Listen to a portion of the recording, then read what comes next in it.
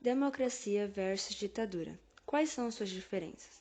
As características de um governo democrático são soberania popular, da democracia representativa e participativa, um Estado constitucional, ou seja, que possui uma Constituição que emanou da vontade do povo, e um sistema de garantia dos direitos humanos. Democracia é um tipo de organização social no qual o controle político é, teoricamente, exercido pelo povo. Resulta em um sistema governamental que se forma pela livre escolha de governantes pela maioria da população por meio de votação. Já as características da ditadura é um regime de governo onde o poder está concentrado nas mãos de um indivíduo ou grupo. Uma ditadura se caracteriza por ter censura, falta de eleições transparentes, de liberdade partidária e um intenso controle do Estado na vida dos cidadãos. Hoje em dia, apenas alguns países vivem nesses termos. Estado Novo e regime militar. Suas principais características. O Estado Novo corresponde ao período em que Getúlio Vargas governou o Brasil entre os anos de 1937 a 1945.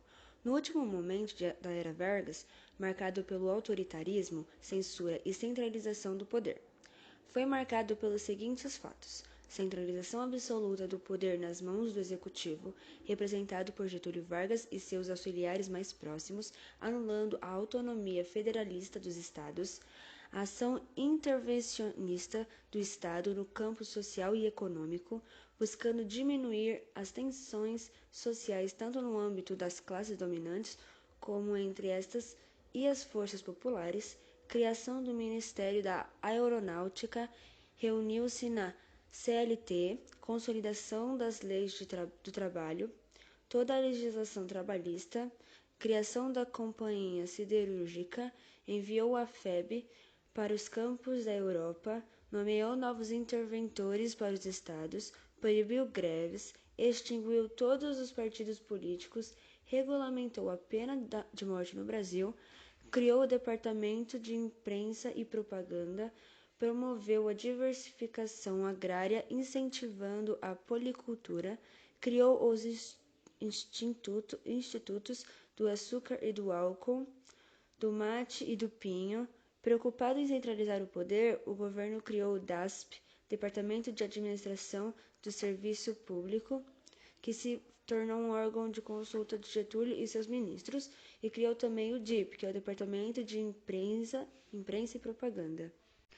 E as principais características do regime militar no Brasil são a cassação de direitos políticos de opositores ao regime, repressão aos movimentos sociais e manifestações políticas de oposição, censura aos meios de comunicação, censura aos artistas, músicos, atores, artistas plásticos, etc., aproximação dos Estados Unidos, controle dos sindicatos, implantação do bipartidarismo, Arena, governo e MDB, oposição, enfrentamento militar aos movimentos de guerrilha urbana e rural contrários ao regime militar. Vale ressaltar que muitos desses guerrilheiros pretendiam derrubar o governo militar através da luta armada, inclusive com atos criminosos como assaltos a bancos e sequestro de embaixador. Para implantar o socialismo no Brasil, aos moldes das ditaduras de Cuba, China ou União Soviética, vale dizer também que esses países socialistas utilizavam sistemas de repressão extremamente violentos, inclusive com assassinatos em massa de opositores, além de eliminação total da democracia e métodos rígidos de controle social. E o milagre econômico, que foi forte crescimento da economia entre 1969 a 1973, com altos investimentos em infraestrutura, aumento da dívida externa. 3 momentos que vivemos uma democracia no Brasil. Bom, eu vou falar mais do que 3. A democracia é aplicada na Constituição, na ordem eleitoral, no corpo administrativo, nos poderes legislativo, executivo e judiciário e na própria organização política de situação e oposição.